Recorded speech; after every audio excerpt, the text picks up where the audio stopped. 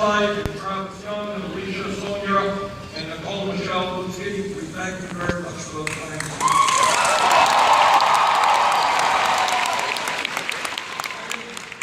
Bruce summarizes it all. Why not?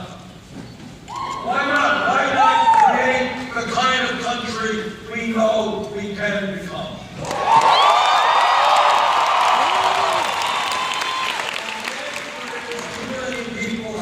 Crushed intellectually and emotionally, and they've given up. That's what it's about. It's not what's right or wrong, it's about what we can do. Many people say, we can't do it.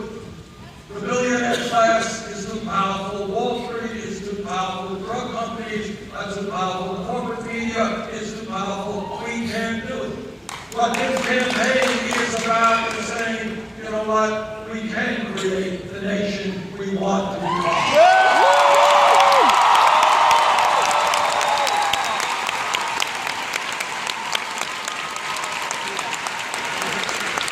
And as Bruce just said, the way we create this nation that we know we can become is when we do not allow the Trumps and others in the world to divide us. Yes.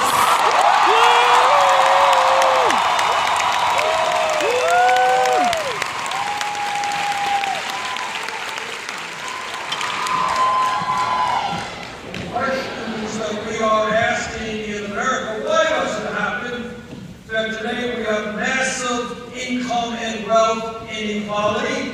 Why does it happen that in America today, the richest country in the history of the world, most people don't know that because almost all of the new income and wealth being created is going to the top 1%. Why is it in this great country we have more people living in poverty than almost any major country on earth, and we have the highest rate of childhood poverty?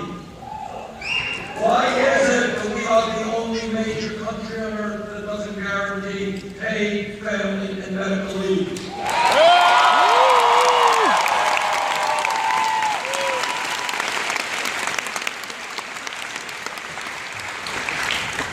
Why is it that we have, let's say this one, we have more people in jail than any other country on earth?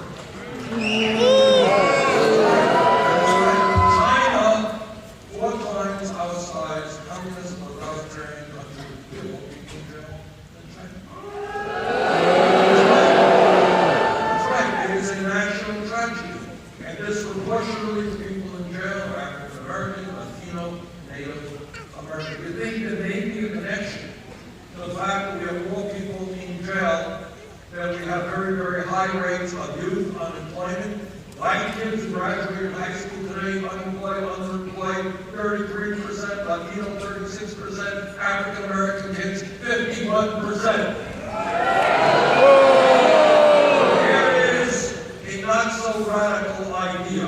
How about investing in education, job training?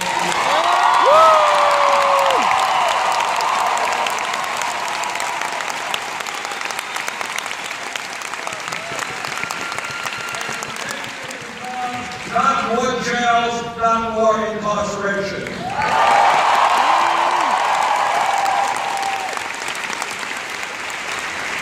Over the last 30 years, millions of people have been arrested for possession of marijuana.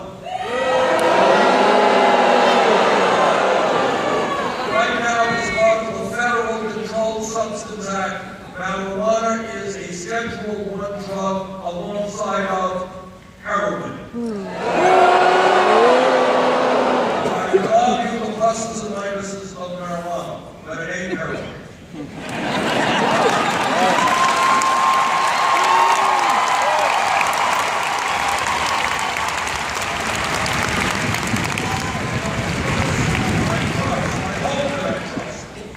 Everybody here knows that heroin is a killer drug, devastating my state of mind, getting illegal and all over this country very hard. Stay away from them heroin.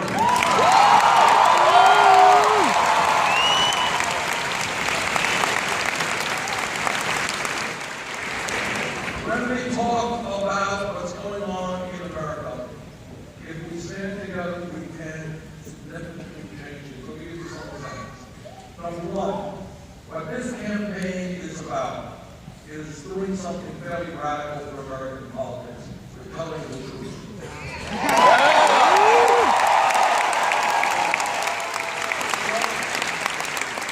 The truth is not always pleasant.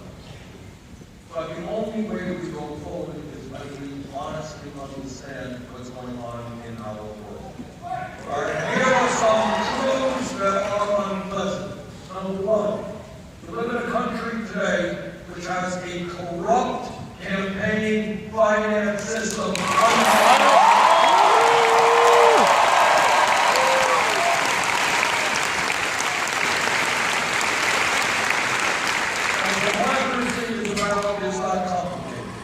You have your ideas, I have mine. You disagree with me, you vote for me, you vote against me. That's called democracy. One person, one vote.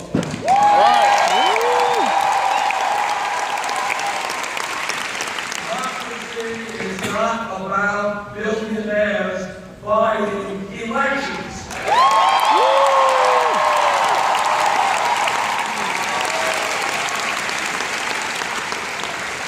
Democracy is not about Wall Street and corporate America putting tens and hundreds of millions of dollars into super PACs. Democracy is not about the Koch brothers and a handful of billionaires spending $900 million in this campaign cycle. That is more money than either the Democratic or Republican parties are spending.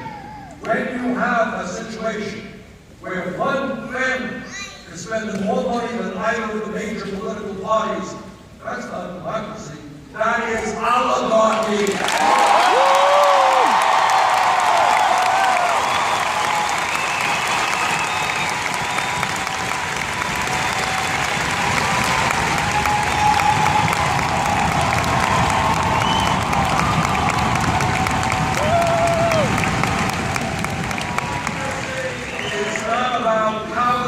Republican governors trying to suppress the vote, making it hard for old people, people of color, or young people to participate in the political process.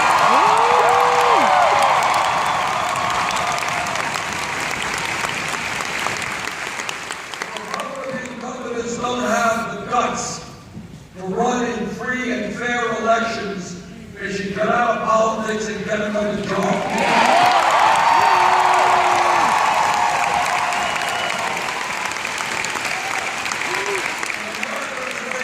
One of the lowest voter turnouts of any major country on earth. I want to change that. I want to see us have voter turnouts. And in America, we need language that is very, very simple. If you are 18 years of age and a citizen of this country, you are registered to vote and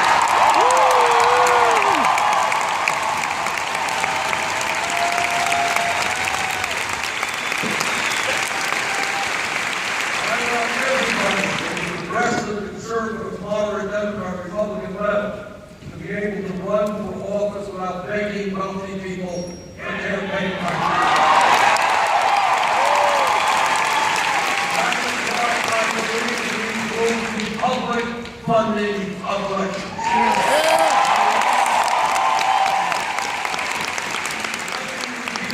One promise I made for months. No nominee of mine to the United States Supreme Court will get that position unless he or she is loud and clear that they will vote to overturn citizenship. Yes.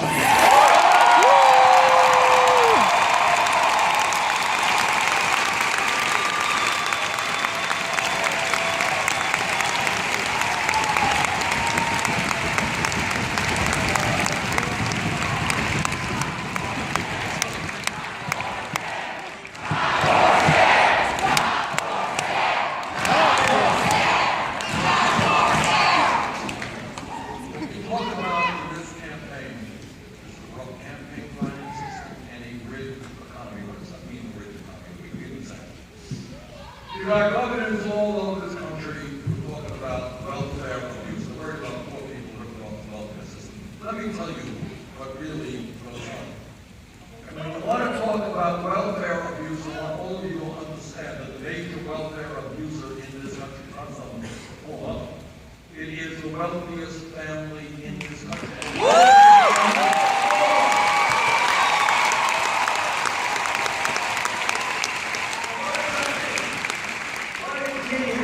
is that Walmart, owned by the wealthiest family in America, Walters, pays wages so low that many of their employees are forced to go on Medicaid, food stamps, or go into subsidized housing. Who is paying for those food stamps, Medicaid, and subsidized housing? You are. So what you got is the middle class of this country through higher taxes is subsidizing the Walton family that is not paying their workers a living wage. I say when the Walton family worth some $60–70 billion, get off of welfare, pay your workers a living wage.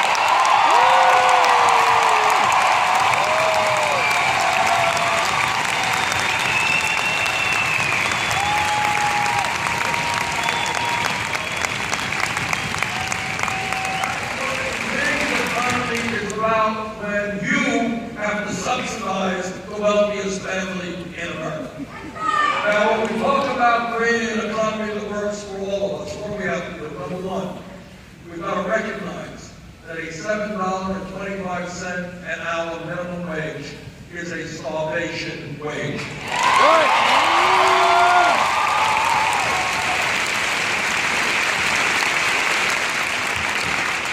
I have talked to workers all across this country, and what they tell me is, Bernie, we can't make it on $7.25 an hour. We can't make it on $8. We can't make it on $9 an hour.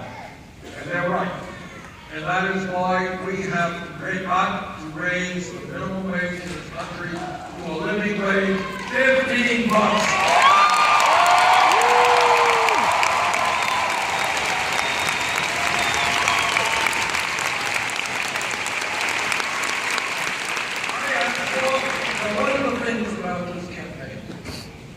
Talking about issues that the media chooses not to talk about. And the reason is, number one, it's easy to complicated. You can't say it in 3 seconds soundbite. Or else they run into the conflicts of interest with people who own the media. Right. Here is an issue that we have got to address. A great nation is not judged by the number of millionaires and billionaires it has. It is judged by how it treats the weakest and most vulnerable. Yeah.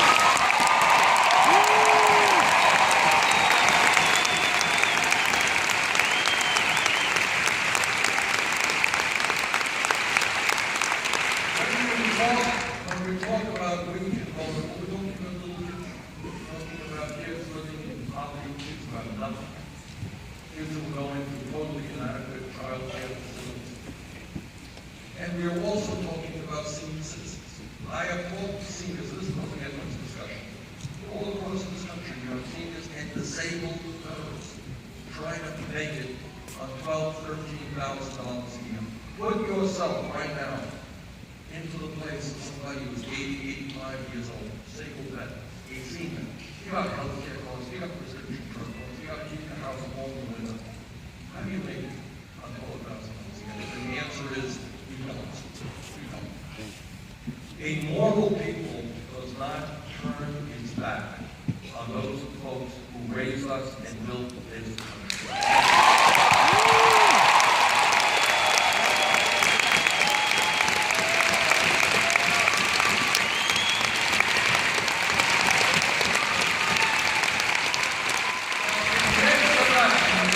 Millions of seniors struggling to make it on $11,000 to $12,000 a year. Many Republicans actually want to cut Social Security. I've got news for them. We're not going to cut Social Security. We're going to expand Social Security.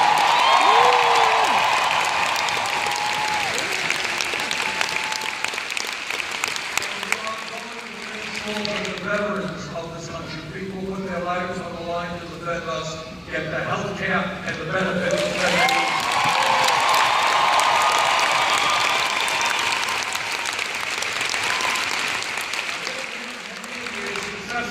Because we are listening to people, not just wealthy campaign contributors. I don't go around this country sitting in mansions, collecting millions of dollars, hearing the woes of billionaires. There are other more important issues that I'm not worried about.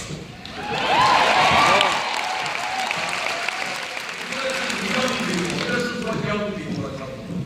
They're saying, Bernie, how does it happen that we have to end up $30,000, $50,000, $80,000 in debt for the crime of trying to get a decent education?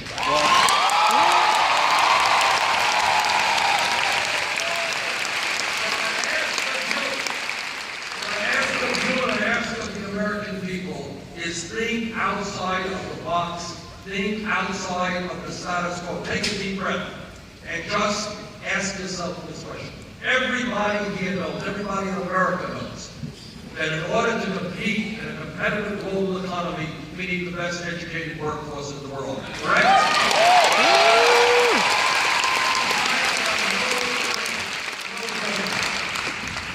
To have the best educated workforce, we have got to encourage young people to have all of the education that they need. We should not be punishing people for getting an education. We should encourage people.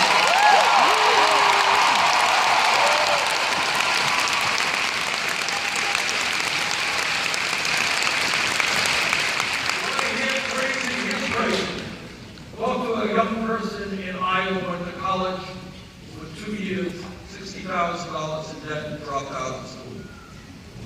Young woman in Burlington, Vermont, my city. Her dream was to go to medical school. She accomplished that dream. Now practicing primary health care. She has $300,000 in debt. A young dentist in Iowa, $400,000 in debt. Look, it is crazy. It is absolutely crazy. So we're going to do two things. Number one, in the year 2016, when we talk about public education, you cannot just continue to talk about first grade through 12th grade. The world has changed.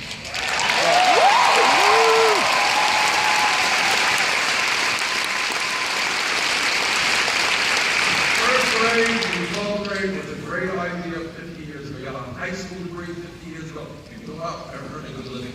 That world has changed. So when I talk about public education today, it must mean free tuition at public colleges and universities.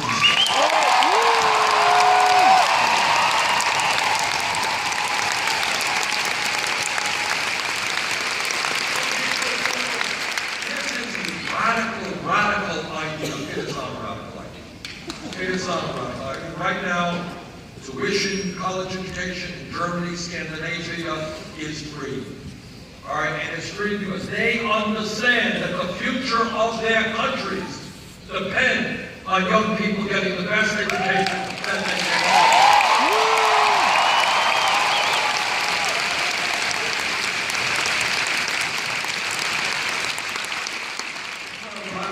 In fact, I'll tell you this. Some of you may not know this. 50 or 60 years ago, you could go to major and excellent public colleges and universities in America virtually tuition free. That was America back then. If we could do it 60 years ago, we damn well can do it today.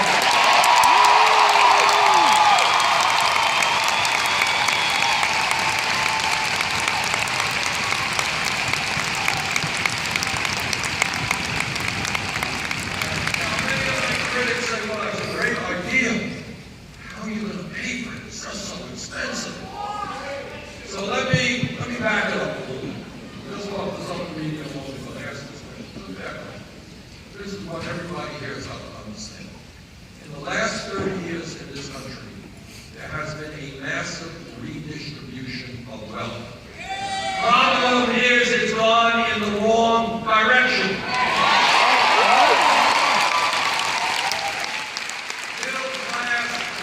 Shrunk, trillions of dollars have left the middle class, gone into the hands of the top 1/10 of 1%. Top 1/10 of 1% have seen a doubling in the percentage of wealth they own.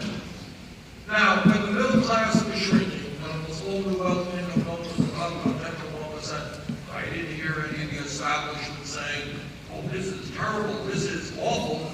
But when some of us talk about redistributing that wealth and income back to the middle class, oh, this is the worst thing that ever happened. I'll tell you how we're going to pay. I will tell you how we're going to pay to make public colleges and universities tuition-free and substantially lower interest rates on student debt. And what we are going to do is impose a tax on Wall Street speculation.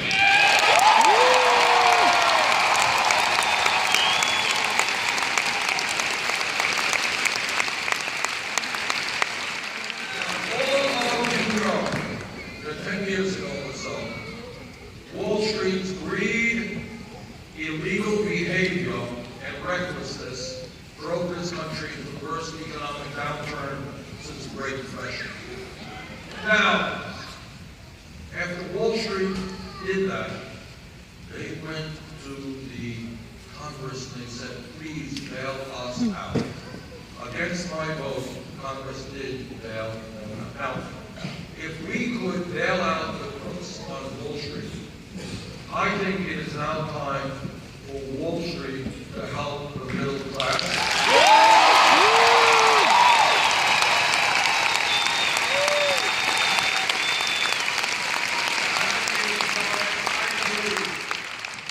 Impose a tax on Wall Street speculation.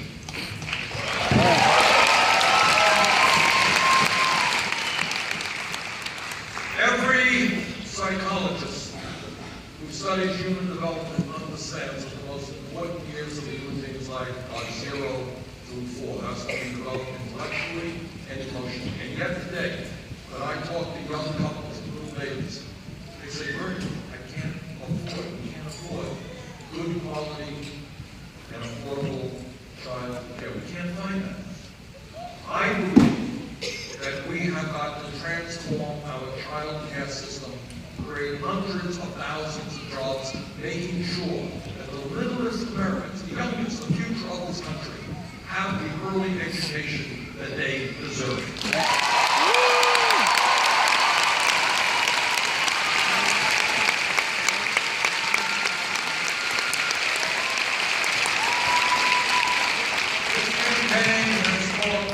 The African American community. And the African American community is saying, how does it happen that we have so many people in jail? How does it happen that a black male baby born today, unless we change this, stands a 1 in 4 chance of ending up in jail? How does it happen? How does it happen that unarmed African Americans are being killed by police officers?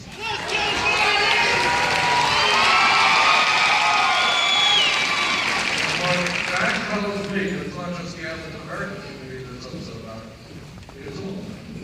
We need real criminal justice reform. Let me tell you what that means.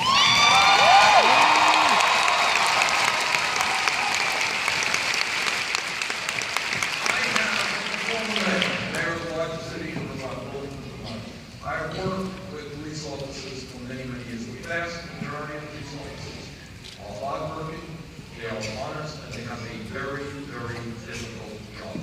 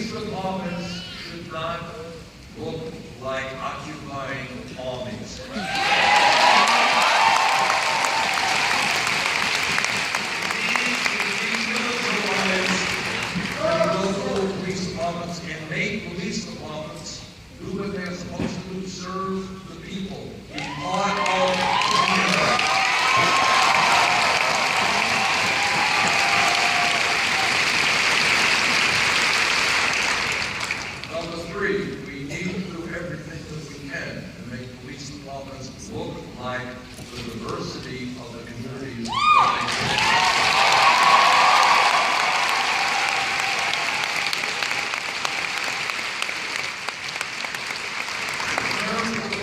Justice. We have in this nation a very, very serious problem with substance abuse and substance addiction. And we need to recognize that alcohol or drug addiction is not a criminal justice issue, it is a health care.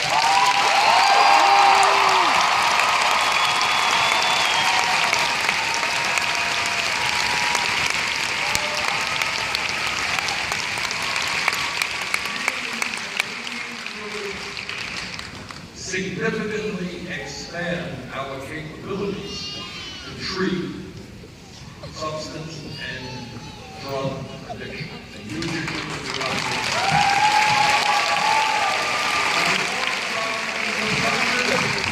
we also have to end the concept of minimal sentencing.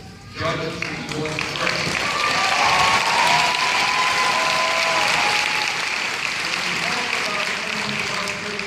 We need to understand that our rate of recidivism, people who leave jail, go to civil society, they come back to jail in much too large numbers. That means that when people leave jail, they need to have the education and the job training they need so they don't get caught up in the same environment that got them into jail in the first place.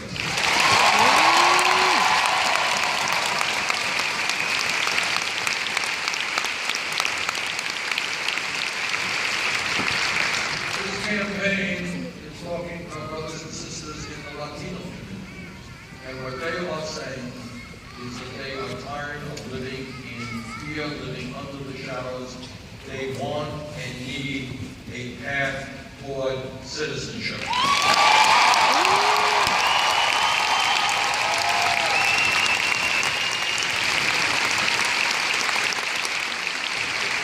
Campaign is talking people in the Native American community.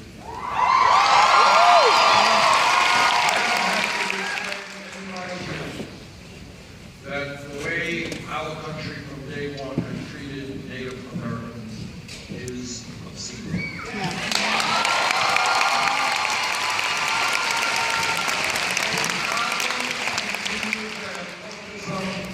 Native American leaders in Minnesota last week.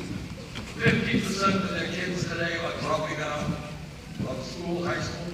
Alcoholism is rampant. Poverty is off the charts. Young people are killing themselves. Drug addiction is widespread. For those people who were here first, we owe them respect and dignity.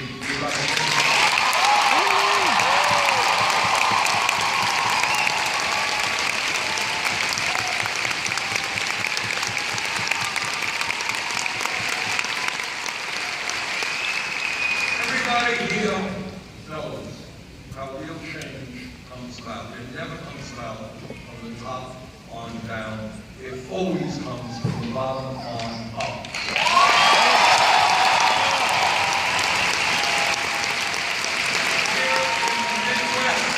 100 years ago or more, workers said to their employers, "We will not be treated like animals.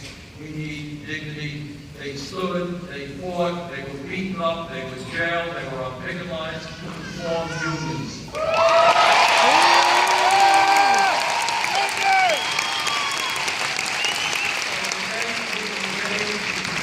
Bargaining for decent wages and decent benefits.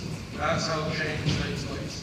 Change took place and takes place in the civil rights movement when the African American community and their white allies said loudly, "No, this country will not continue racism, segregation, and bigotry."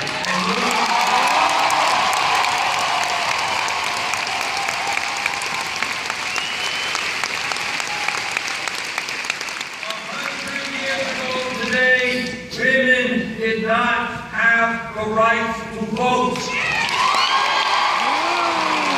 They did not have the right to go to many schools or do the jobs that they wanted to do. 100 years ago, not a long time in history.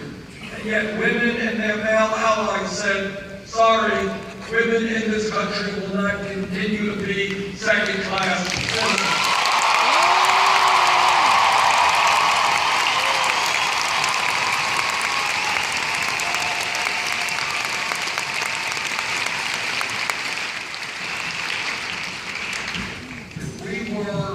In this room, 10 years ago, I'm talking about how real change takes place.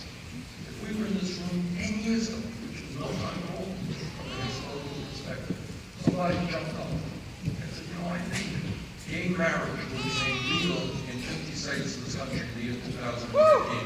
The person next to him would have said, what are you smoking? Which raises another interesting issue.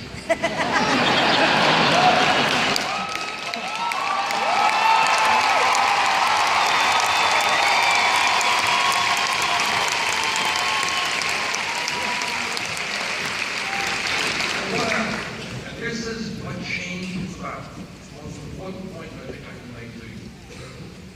What happened is the gay community and their straight allies said, you know what? In America, believe me, against enormous opposition and hatred, the gay community said, you know, in this country, people should have the right to love whoever they want, regardless of gender.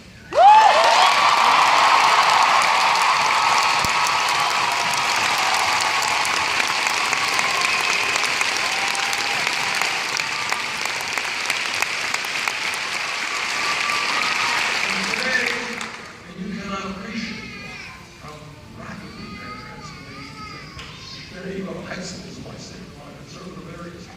And you ask kids about gay marriage, they say, like, issue, no issue. That's what a revolutionary change is about.